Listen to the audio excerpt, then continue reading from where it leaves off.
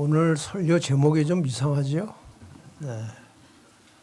꽃보내기 사랑에서 결혼 사랑으로. 아마 어떤 분들 생각에 저하고는 어울리지 않는 제목이라고 생각할지 모르겠습니다. 제가 꽤 오래전에 미국의 서부 야행에 이제 강사로 초청을 받아서 갔는데 저에게 부탁한 제목이 예언과 역사 이제 그런 거예요. 저는 그런 강의를 하도 많이 해서 그런지 사람들이 저는 그것밖에 못하는 사람인 줄 아는 것 같아요. 그래서 제가 야행에 시작하면서 내 다른 것도 할 수 있는데 왜 난 이것만 시키냐고 내가 우스갯소리를 한 적이 있어요. 어쨌든 나이가 드니까 조금씩 달라져요. 자, 이게 무슨 이야기인지 오늘 한번 또 하나님의 말씀으로 저 의미가 무엇인지를 한번 깊이 생각해 보겠습니다.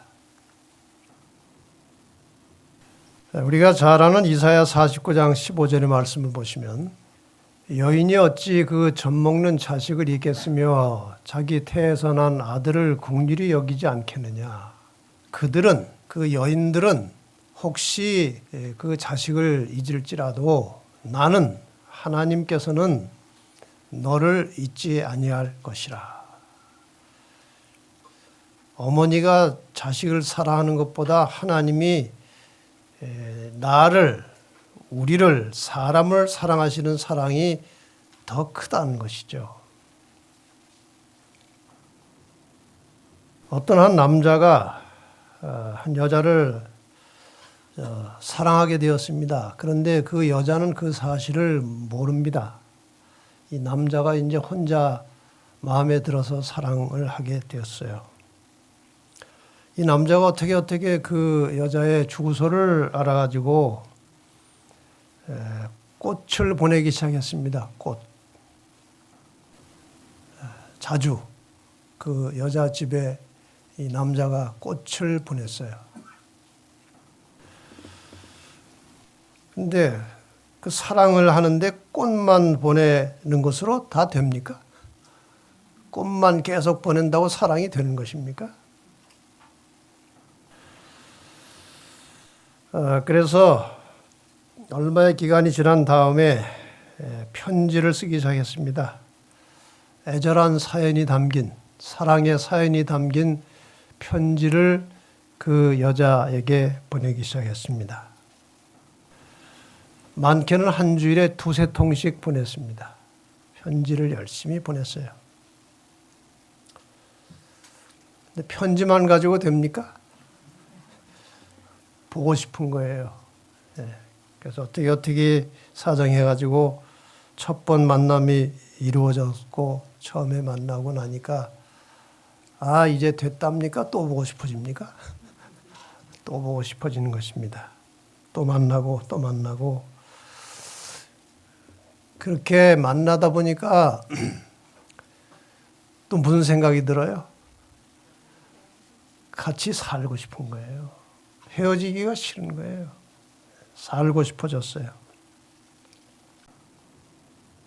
그런데 결혼을 하려고 하니까 이 여자가 그동안 못하던 이야기를 털어놨는데 자기는 백혈병 환자라는 거예요. 그러나 이미 사랑은 깊어졌어요. 근데 여자가 한사코 이 상태로는 결혼을 못한다는 거예요. 이 남자는 결혼을 하고 싶은데 그래서 남자가 여기저기 알아보고 그래서 지극정성을 다해가지고 그 결혼에 장애가 되고 있던 백혈병을 마침내 치료하고 고쳐지고 그 다음에 결혼을 해서 같이 살게 되었어요.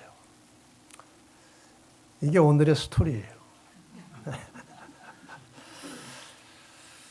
자, 하나님께서 인간을 사랑하시는데도 이 단계가 있어요. 지금 이 이야기 속에는 단계가 있었습니다. 그렇죠?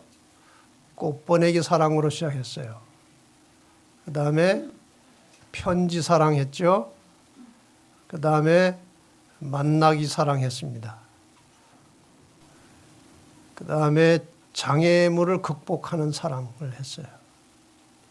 그 다음에 결혼 사랑을 한 것입니다.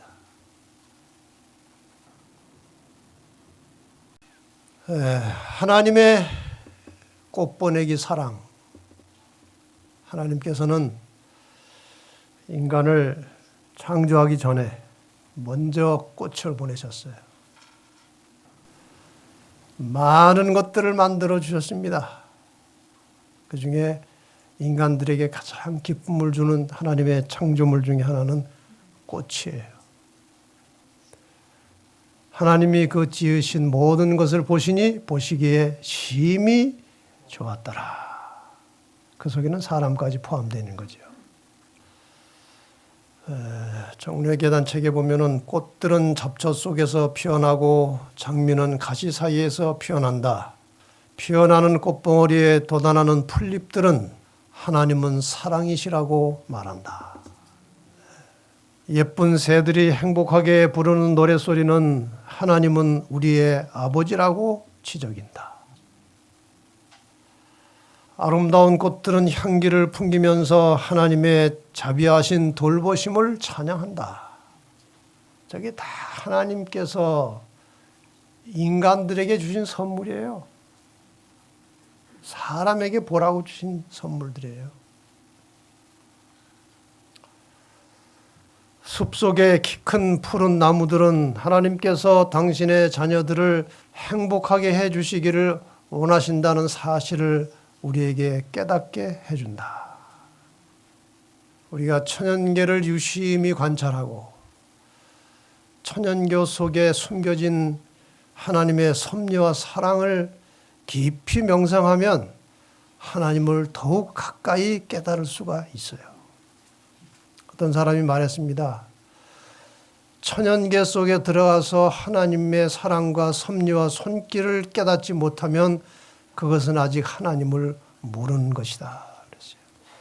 그만큼 천연계 속에 나타난 하나님의 사랑의 손길은 엄청난 것입니다. 이사야 40장 26절에 보면은 너희는 눈을 높이 들어 누가 이 모든 것을 창조하였나 보라. 여러분, 하나님께서 우리에게 꽃을 보내시고 우리에게 사랑을 표현하고 계십니다. 꽃을 보내셨어요. 여러분, 앞으로 꽃을 예사로 보지 마시고 하나님이 보내신 사랑의 선물로 보시기를 바랍니다. 그 속에 하나님의 섭리가 들어있어요. 그 다음 단계는 편지 사랑이죠. 네, 하나님의 편지 사랑. 엄청난 것입니다. 성경은 하나님께서 사람에게 보내신 사랑의 편지입니다. 이 말씀 속에 하나님이 인간을 사랑하신다는 말씀이 수없이 나와요. 성경 안에서 이루어지는 모든 역사는 하나님의 사랑의 표현입니다. 애절한 사랑의 표현이에요. 하나님은 사랑 때문에 그 백성을 구원하신다고 하셨습니다. 신명기 7장 8절에 보면은 여호와께서 다만 너희를 사랑하심을 인하여 사랑하시기 때문에 또는 너희 열조에게 하신 맹세를 지키려 하심을 인하여 자기의 권능의 손으로 너희를 인도하여 내시되 너희를 그 종되었던 집에서 애굽 왕 바로의 손에서 속량하셨다. 구약의 여러 가지 스토리는 하나의 상징성을 가지고 있습니다. 실제 이야기면서 상징성을 가지고 있어요. 하나님께서 이스라엘 백성들을 애굽 땅에서 구원해 내신 것은 오늘날 죄악 속에 살고 있던 우리들을 구원해 내시는 하나님의 섭리와 똑같은 원리입니다. 하나님께서 이스라엘 백성을 애굽에서 건져내신 것은 사랑하시기 때문에 그랬다고 말씀하십니다. 사랑하시기 때문에. 여러분은 종종 아가서를 보시면서 인간적인 어떤 사랑의 느낌을 갖지만 그 아가서는 굉장히 깊은 인간에 대한 하나님의 사랑을 은유적으로 표현하고 있는 것입니다. 아가서에는 하나님의 사랑이 깊이 들어 있어요. 아가서 2장 5절에 보면요. 너희는 건포도로 내 힘을 돕고 사과로 나를 시원케 하라. 내가 사랑함으로 병이 났음이니라. 하나님이요. 병이 날 정도로 우리를 사랑하십니다. 이게 하나님의 사랑이에요. 또 다른 성경절을 보면 그렇게 우리를 하나님이 사랑하시지만 그 사랑을, 우리가 그 하나님의 사랑을 이해도 못하고 몰라줘도 하나님은 우리를 사랑하십니다. 일방적으로. 인간들은 서로 사랑하다가 한쪽에 아주 미워하고 싫어하는 것이 드러나면 대번에 그만둡니다. 뭐 너 말고 사람이 없냐 하고. 하나님은 우리가 그분이 그렇게 사랑한다는 사실을 몰라도 우리를 사랑하신다고 그랬어요. 말라기 1장 2절입니다. 여호와께서 가라사대 내가 너희를 사랑하였노라 하나 너희는 이르기를 주께서 어떻게 우리를 사랑하셨나이까 하는도다. 주님 언제 우리 사랑했습니까? 어떻게 사랑했습니까? 하고 대들어요. 그런데 하나님께서는 내가 너희를 사랑하였노라고 말씀하십니다. 우리가 몰라줘도 하나님은 사랑하십니다. 하나님은 우리를 변함없이 잠잠히 사랑하십니다. 여러분 성경 여러 곳에 하나님께서 인간을 사랑하시는 이야기가 나오지 않습니까? 지금 보시는 대로. 이 스바냐 3장 17절의 하나님의 사랑의 고백은 언제 읽어도 우리에게 감동을 주는 말씀이에요. 너희 하나님 여호와가 너희 가운데 계시니 그는 구원을 베푸실 전능자시라. 그가 너로 인하여 기쁨을 이기지 못하여 하시며 기뻐서 쩔쩔매는 거예요. 우리 때문에. 기쁨을 이기지 못하여 하시며 너를 잠잠히 사랑하시며 너로 인하여 즐거이 부르며 기뻐하시리라. 얼마나 좋은지 좋아서 쩔쩔매는 그 하나님의 모습이 여기 그려져 있지 않습니까? 변덕스럽지 않습니다. 하나님의 사랑은 변덕스럽잖아요. 우리가 변덕스러울 뿐이죠. 어떨 때는 하나님 사랑합니다. 충성을 하겠습니다. 뭐 어쩔 줄을 몰라 하다가 조금 마음이 틀어지면 하나님이 계신 거예요? 안 계신 거예요? 어떻게 저를 이런 궁지에 몰아넣으십니까? 이 인간이. 그런 하나님은 그러지 않으세요.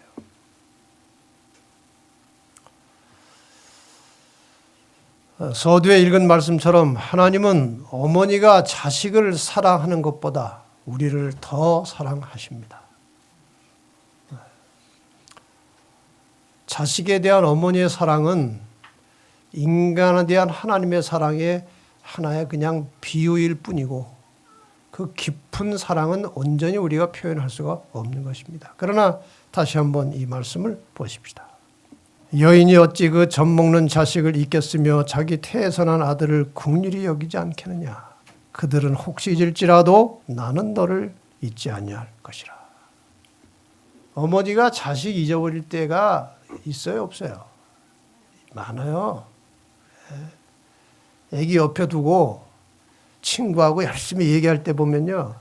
애기 생각 하나도 안 하고 그냥 친구한테 정신이 팔려 있어요.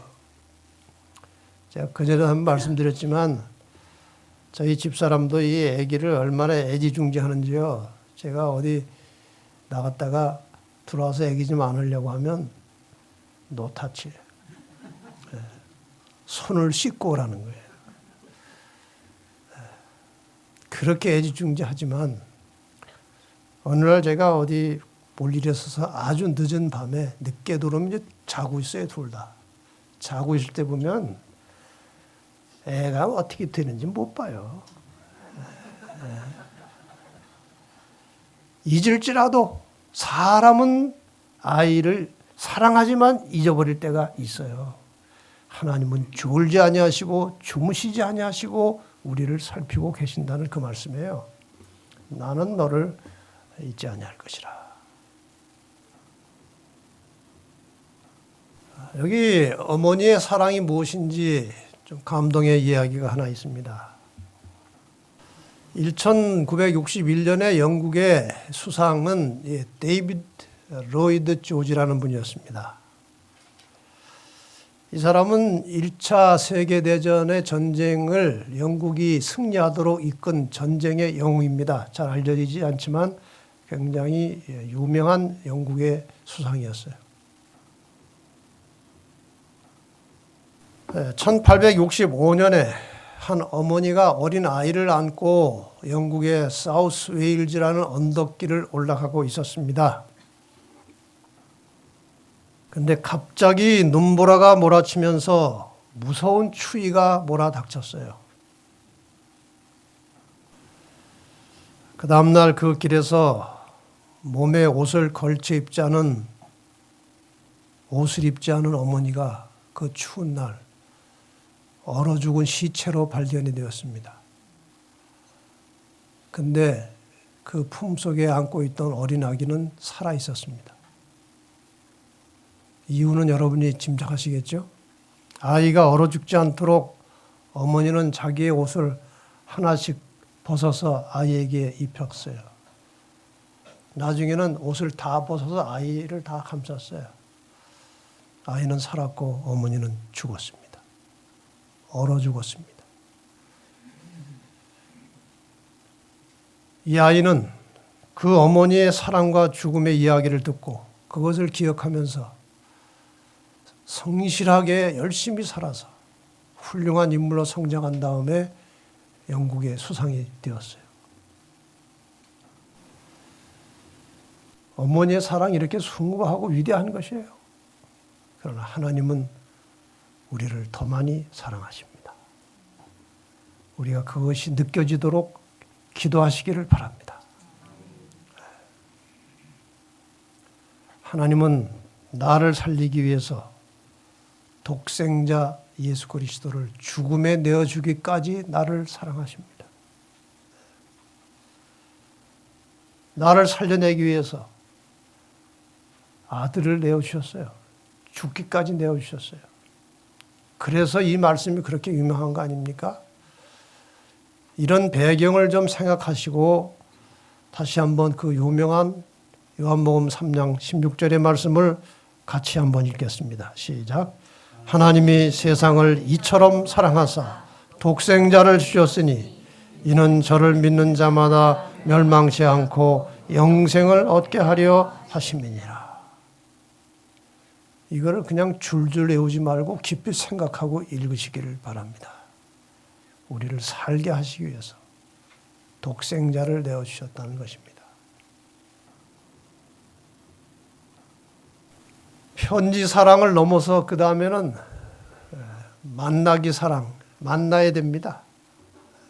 하나님이 우리를 편지로 사랑한다 말만 하신 게 아니고 우리를 만나시려고 여러 가지 방법을 사용을 하셨습니다. 그 중에 하나가 성소를 지으신 것입니다. 출애굽기 25장 8절 9절에 내가 그들 중에 너희들 안에 거처할 성소를 지으라. 내가 가르쳐주는 대로 보여주는 대로 건물을 하나 지으면 내가 거기서 있겠다. 너희와 너희 속에 함께 있겠다. 모든 인간의 구원의 원리는 저 성소 제도 속에 들어 있습니다. 이 성소 제도를 제대로 확실하게 이해하지 못하면 하나님께서 어떻게 어떤 원리로 죄인을 구원하시고 죄를 용서하시고 구원하시는지, 구원받은 죄인이 어떻게 살아야 하는지, 또 어떻게 하나님이 사람을 만나서 영원히 살게 되는지 그 원리를 이 성소를 모르면 이해할 수 없는 것입니다. 여러분 때가 되면 서적을 통해서든지 다른 강의를 통해서 이것도 제대로 해야지 잘못 가르치면 엉뚱한 길로 나갑니다. 여러분 기도하시면서 언젠가 이 성소에 대한 깊은 지식을 얻게 되기를 바랍니다. 때가 되면 저도 한번 이제 강의를 하려고 합니다. 아마 6월 달에 남대극 목사님이 설교를 한번 하러 더 오실 텐데요. 6월 중에 제가 부탁을 하러 드렸습니다. 제가 없을 때 드렸는데 제가 특별히 좀 부탁을 하나 드렸습니다. 그날 오시면 설교만 하지 마시고 오후 특강도 좀 해주십사 하고 말씀을 드렸고 그 오후 특강 시간에 성소 문제를 좀 해주십사 하고 부탁을 드렸으니까 뭐 1시간, 1시간 반 만에 다 될 것은 아니지만 핵심적인 원리를 여러분이 그때 좀 배우실 수 있을 것이고 저도 때가 되면 강의를 하겠습니다. 겉으로 저렇게 보여지는 저쪽 구석에 연기가 나고 있죠. 그 구름 기둥이라고 하는데 저 연기 나는 구름 기둥 그 바로 밑에가 지성소입니다. 지성소. 그 지성소의 모양은 저렇게 생겼어요. 하나님의 법궤가 있고 법궤 속에 십계명이 기록된 돌비가 들어있고 그 법궤 뚜껑을 씌운 자라고 하는데 거기에 저런 광채, 쉐키나라는 광채로 하나님이 저기에 머물러 계셨어요. 내가 그들 중에 거할 성소를 지으라 할 때는 바로 저 의미예요. 내가 여기 있겠다 하는 거예요. 너희가 나를 직접 보진 못하지만 저 구름 기둥이 피어오를 때마다 그 밑에 내가 존재하고 너희와 함께 있다는 사실을 깨닫고 잊어버리지 말라는 거예요. 같이 있고 싶은 거예요. 그래서 출애굽기 29장 42절에 보면 이 성소와 관련해서 이런 말씀이 나옵니다. 이는 너희가 때대로 여호와 앞 회막문에서 늘 드릴 번제라. 내가 거기서 너희와 어떻게 하고 만나고 내가 너희를 만나겠다는 거예요.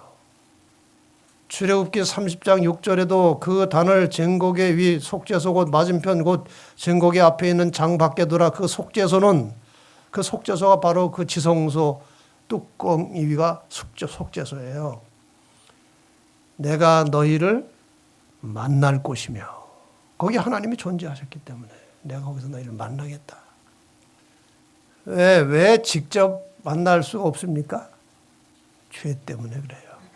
죄를 가진 인간이 하나님을 직접 뵈면 하나님은 죄를 절대로 용납할 수 없기 때문에 충돌을 일으켜서 그냥 인간이 죽어버려요.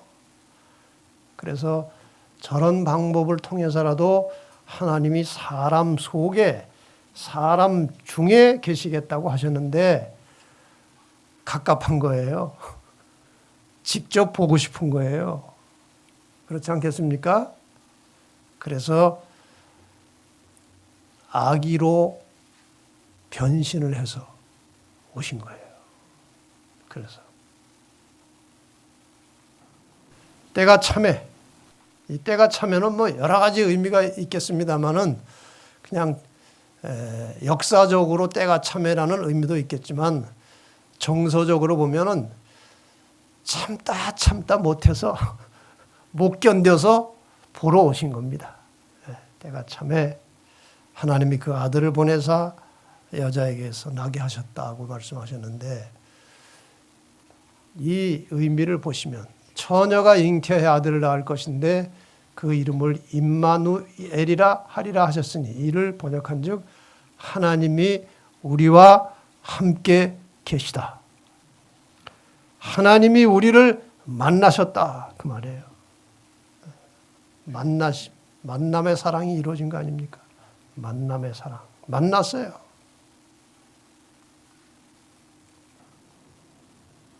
그래서 같이 살려고 하는데 장애물이 있는 겁니다. 같이 살아야 되는데 결혼을 하려고 하는데 장애물이 있는 거예요. 이사야 59장 2절에요. 오직 너희 죄악이 너희와 너희 하나님 사이를 내었고 너희 죄가 그 얼굴을 가리워서 너희를 듣지 않으시게 하매니. 이 장애를 극복을 해야 결혼할 수 있는 거예요.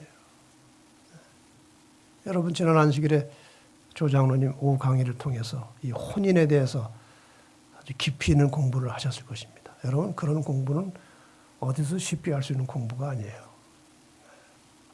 어쨌든 같이 살아야 돼요. 혼인을 해야 돼요. 근데 죄 때문에 안 되는 것입니다. 자, 이 땅에 오신 예수님께서 이 죄를 해결하고 우리와 함께 사시기 위해서 무한한 고통과 쓰라림과 망신과 수치를 당하셨어요. 이 죄를 해결하시기 위해서 하나님이.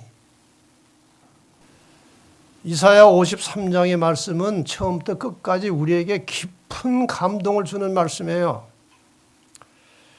한 인간에 대한 예수님의 개인적인 사랑, 우리가 예수님의 사랑을 가장 실감나게 받을 수 있는 성경이 있다면 이사야 53장입니다. 저는 여러분들에게 그 간증을 들었어요. 자기가 개인적으로 예수를 깊이 체험한 것은 이사야 53장이라는 거예요. 그 중에 한 일부의 말씀이 이것입니다. 그가 찔림은 우리의 허물을 인하며 그가 상함은 우리의 죄악을 인함이라. 그가 징계를 받음으로 우리가 평화를 누리고 그가 채찍에 맞음으로 우리가 나음을 입었도다. 우리는 다 양 같아서 그릇 행하여 각기 제 길로 갔거늘 여호와께서는 우리 무리의 죄악을 그에게 담당시키셨도다. 우리 죄를 누구에게 뒤집어 씌웠어요? 예수님께 뒤집어 씌운 거예요. 우리의 장애를 극복해 주시고 우리의 장애를 해결해 주시고 우리와 함께 혼인관계에 들어가서 함께 사시기 위해서 저런 고초와 고난과 모욕과 수치를 받으시면서 예수님께서는 십자가에 돌아가심으로 우리 죄를 대신 뒤집어 쓰시고 우리의 죄를 장애를 해결해 주신 것입니다. 이게 오래된 이야기지만 한 사형수 어머니의 이야기가 있어요. 제가 오래된 이야기지만 다시 한번 들추면서 감동을 받았습니다. 70년대 가명입니다만 양정수라고 하는 사람이 아주 중범죄를 짓고 재판을 받아서 사형 선고를 받았어요. 그는 11남매 중 막내 아들이었습니다. 어머니가 40이 넘어서 난 자식이었는데 그렇게 길을 잘못 들어서 중범죄를 짓고 사형수가 된 거예요. 이 아들에 대한 이 사형을 당한 아들에 대한 어머니의 절절한 사연이 지면을 통해서 세상에 공개가 됐어요. 어릴 때 머리를 다쳤는데 그때 잘못된 것이니 내 죄가 아니고 내 죄야. 나 때문에 네가 그렇게 된 것이지 네가 잘못한 게 아니야. 아들아, 너 하나 물가에 내보내고 이 애미 촛불은 꺼질 수가 없구나. 이건 잠을 잘 수가 없었다는 거예요. 아들 걱정 때문에. 아들이 형무소 들어가 있으니까. 고대 광실 호의 호식일 망정 이 애미 목에 가시인 너 하나 때문에 받아 넘길 수가 있겠느냐. 음식 맛을 다 잃었어요. 아무리 마시는 음식도 목에 가시예요. 아들 생각하니까. 불쌍한 청개구리 내 새끼야. 방은 춥지 않느냐. 밥은 쓰지 않느냐. 이 가련한 거사. 형무소에 들어있는 아들을 생각하니까 이런 마음이 드는 거예요. 이 청개구리야, 자식을 낳아서 보는 것만으로도 부모는 행복한 거란다. 근데 지금은 볼 수도 없구나, 너를. 내 너에게 무엇을 바라더냐? 내 너에게 좋은 옷을 바라더냐? 맛난 음식을 바라더냐? 속썩이는 자식이라도 살아만 있으면 부모는 가슴에 소금밭을 일굴망정 기쁘게 그 쓰라린 소금의 고통을 견디는 거란다. 이 불쌍한 것이 사람 안에 있다면 얼마든지 애미 가슴을 핥히고 물어뜯더라도 나는 그 아픔을 달게 받을 수 있겠다마는 벌거숭이 내 새끼 너를 가슴에 두고 내가 어이 살아가겠느냐. 드디어 재판이 끝나고 아들이 사형 선고를 받게 되었습니다. 어느 형무소에 머물러 있는지 확인한 다음에 그 형무소를 쫓아가서 형무소 근처에 단칸방을 하나 얻어서 아들이 춥게 자니까 자기도 연탄불 피우지 않고 혼잎을 하나 덮고 짠 무김치에 밥 하나 놓고 아들처럼 그렇게 형무소 생활처럼 살았어요. 이 어머니가. 저녁마다 형무소 담을 향해서 외칩니다. 정수야, 너 저녁반 뭐했니? 네 혼자 죽기 무섭지? 다 안다. 걱정 말거라. 여기서 네 죽기 기다리다가 이 애미 네 따라갈 기라. 너 죽으면 난 못 산다. 너 죽는 그날이 나 죽는 날이야. 자식이 죄를 지었으면 탯줄을 잘라든 애미도 공범이지. 자식과 부모는 한 몸이니까. 너하고 나는 공범이야. 탯줄을 내가 잘랐기 때문에 내 지은 죄는 내 지은 죄야. 너 죽고 난 못 살아. 이런 마음이었어요. 그리고 어떤 결심을 했습니까? 어머니는 아들이 죽으면 시신을 받아서 화장을 한 다음에 그 죄에 꿀을 묻혀서 새들에게 먹인 다음에 자신도 자결해서 같이 죽기로 작정을 했습니다. 같이 죽기로. 그리고 자식이 못다한 착한 일을 자신이라도 하겠다고 동네 돌아다니면서 굳은 일을 다 했습니다. 이 할머니가. 이런 어머니의 사연을 듣고 한 스님의 그 지도로 5천여 명이 모여서 서명을 하고 이 사형숙 구명운동을 하게 됐습니다.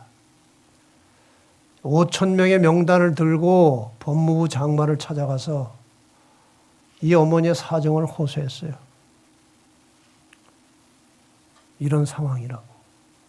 그랬더니 무슨 판결이 나오는지 아십니까? 형은 감하지 못하지만 사형 시간을 연장해서 어머니가 죽기까지 사형 보류 명령을 내렸습니다. 같이 죽으면 안 되니까. 당시 박 대통령이 마지막 취임하면서 이 사형을 무기수로 감형을 해줬어요. 그 후에 아들은 18년 동안 감옥에 갇혀 있었고 그 18년 후에 어머니 나이는 87세였는데 그때 세상을 떠났습니다. 이 어머니는 너무나 많이 울어서 눈이 멀었어요. 눈먼 상태로 죽은 것입니다.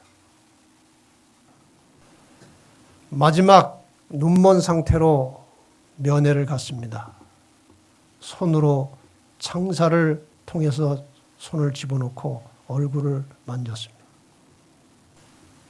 내 아들을 창살 안에 가두어 놓고 떠나니 내 어이 편히 눈을 감을 수 있으리. 정수야, 이 불쌍한 것을 따뜻한 게 한 번 안아주지도 못하고 떠나는구나. 내 손으로 뜨거운 국 한 번 못 끓여주고 아들아, 과거의 죄를 씻고 새 모습으로 태어난 내 모습을 보려고 이때껏 이 모진 목숨 끌고 왔건만 이제는 눈이 멀어 너를 볼 수도 없구나. 꼭 한 번만이라도 안아보고 싶건만. 이게 마지막 말이었어요. 그 후에 어머니는 세상을 떠났습니다. 만약에 이 어머니가 법정에서 아들 대신 어머니가 죽으라고 하면, 그러면 아들을 살려 죽인다고 하면 죽었겠어요? 안 죽었겠어요?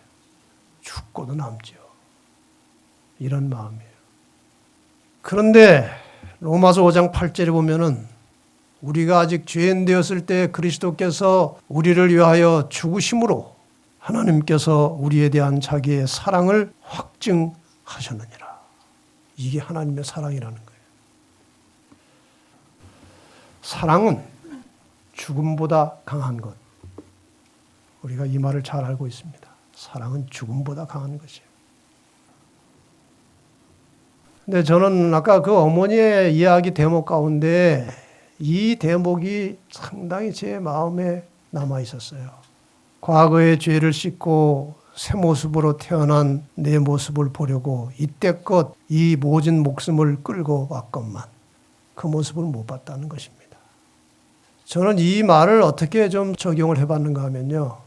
하나님께서는 우리가 죄를 뉘우치며 회개하고 거듭난 모습으로 태어나 그리스도인답게 살아가는 모습을 보려고 십자가에서 목숨을 버리셨건만 오늘 우리에게 그러한 모습이 보이지 않는다는 것입니다. 자, 우리를 그렇게 사랑하시는 하나님께서 우리와 함께 사시기 위해서 장애가 되는 죄를 해결해 주셨습니다. 그분이 대신 죽음으로 죄를 해결하시고 우리와 함께 사시려고 기다리고 계십니다. 이제 하나님이 우리와 영원히 함께 사는 마지막 사랑을 잠깐 말씀을 나눕시다. 인간 사랑의 결론은 함께 사는 것입니다. 그러나 하나님 사랑의 결론은 영원히 함께 사는 것입니다. 다시 한번 하나님이 세상을 이처럼 사랑하사 독생자를 주셨으니 이는 저를 믿는 자마다 멸망치 않고 영원히 사는 것입니다. 혼자 영원히 사는 게 아니에요. 우리를 사랑하시는 하나님과 함께 영원히 살도록 하시겠다는 것입니다. 영생이라고 하는 것은 착하게 살려고 애써서 얻는 것이 아닙니다. 선하게 살았기 때문에 구원받는 것이 아닙니다. 예수님의 사랑을 깨닫고 그분이 나의 구원자이심을 순수한 마음으로 믿을 때에 영생은 거저 주어지는 선물입니다. 영생을 얻은 사람은 그분을 사랑하기 때문에 그분의 말씀에 기꺼이 순종하게 되는 것이고 그것을 선이라고 합니다. 하나님께서는 그런 사람들과 함께 영원히 살기를 원하시는 것입니다. 그런 사람들을 하나님께서는 기다리셔요. 예수님께서 이 땅에 계시는 동안에 이미 말씀하셨습니다. 너희는 마음에 근심하지 말라. 하나님을 믿으니 또 나를 믿으라. 내 아버지 집에 거할 것이 많도다. 내가 너희를 위하여 처소를 예비하러 가는데 가서 너희를 위해서 처소를 예비하면 내가 다시 와서 너희를 내게로 영접하여 나 있는 곳에 너희도 있게 하리라. 이게 같이 살겠다는 거 아닙니까? 나 있는 곳에 너희도 있게 하리라. 같이 살겠다. 예수님께서 재림하시는 장면이 데살로니가전서 4장 16절 17절에 생생하게 나옵니다. 주께서 호령과 천사장의 소리와 하나님의 나팔로 친히 하늘로 쫓아 강림하시리니 그리스도 안에서 죽은 자들이 먼저 일어나고 부활하고 그 후에 우리 살아남은 자도 저희와 함께 죽었다가 부활한 성도들과 함께 구름 속으로 끌어올려 공중에서 주를 영접하게 하시리니 그리하여 우리가 항상 주와 함께 있으리라. 같이 사는 거 아닙니까? 영원히 같이 사는 것이 하나님의 소원이고 하나님의 사랑이에요. 그래서 계시록 19장 9절에 이렇게 말씀하십니다. 천사가 내게 말하기를 기록하라. 어린 양의 혼인잔치에 청함을 입은 자들이 복이 있도다. 예수 그리스도와 결혼하게 된 모든 성도들이 복이 있다는 것입니다. 그분과 함께 영원히 살게 될 성도들이 복이 있다는 것입니다. 그 후의 말씀은 뭡니까? 또 내게 말하되 이것은 하나님의 참되신 말씀이라. 하나님의 말씀은 다 참이십니다. 진리십니다. 근데 여기에다가 참되신이라는 말을 덧붙여 놓은 것은 굉장히 중요한 의미가 있는 것입니다. 여러분 이 말씀을 믿으시기를 바랍니다. 참되신 말씀. 우리가 다 이 마지막 구원의 날 이 어린 양의 혼인잔치에 청함을 입고 들어가서 영원히 그분과 함께 살게 되기를 바랍니다. 그리고 그 혼인 예식이 끝나면 계시록 21장 3절 4절의 말씀이 울려 퍼질 것입니다. 우리 같이 한번 읽을까요? 시작. 내가 들으니 보좌에서 큰 음성이 나서 가로되 보라 하나님의 장막이 사람들과 함께 있음에 하나님이 저희와 함께 거하시리니 저희는 하나님의 백성이 되고 하나님은 친히 저희와 함께 계셔서 모든 눈물을 그 눈에서 씻기심에 다시 사망이 없고 애통하는 것이나 곡하는 것이나 아픈 것이 다시 있지 아니하리니 처음 것들이 다 지나갔음이로라. 하나님의 장막이 사람들과 함께 있다는 것입니다. 저희와 함께 거하시겠다는 것입니다.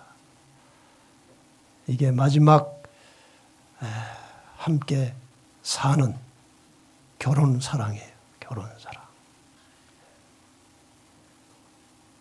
다 이 자리에 있기를 원하십니까? 꼭 이 자리에 만납시다. 여러분 진리의 뿔 교회를 다니시던 중에 이 자리에 포함되지 않은 사람이 한 사람도 없기를 바랍니다. 그리고 이렇게 말씀하십니다. 사랑하는 자들아, 하나님이 이같이 지금까지 설명드린 것처럼 우리를 사랑하셨은즉 우리도 서로 사랑하는 것이 마땅하도다. 어느 때나 하나님을 본 사람이 없으되 만일 우리가 서로 사랑하면 하나님이 우리 안에 거하시고 그의 사랑이 우리 안에 온전히 이루리라. 어떤 사람들이 그 하늘 어린 양의 혼인잔치에 들어가는지 여기에 명백한 요건이 나와 있는 것입니다. 서로 사랑하는 사람들이에요. 우리가 서로 사랑하는 것이 마땅하다. 우리가 서로 사랑하면 하나님이 우리 안에 거하신다고 그랬어요. 이게 영원히 사는 것입니다. 영생이에요. 여러분 우리가 이 땅에 사는 동안에 신앙생활하는 동안에 우리의 가족과 이웃들, 성도들 간에 사랑하며 사시기를 바랍니다. 특별히 화목한 관계로 사시기 바랍니다. 혹시라도 대화 중에 조금이라도 불화의 기미가 나타나면 즉시로 자신이 양보하고 화목한 관계로 사시기를 바랍니다.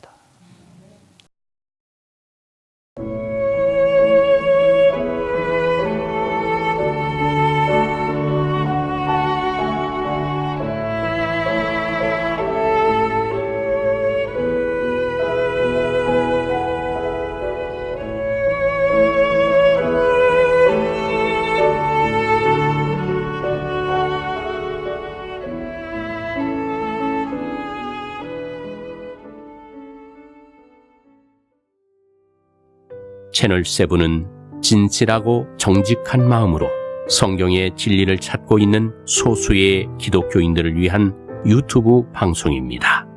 많이 청취하시고 주변의 기독교인들과 공유하여 주시면 감사하겠습니다.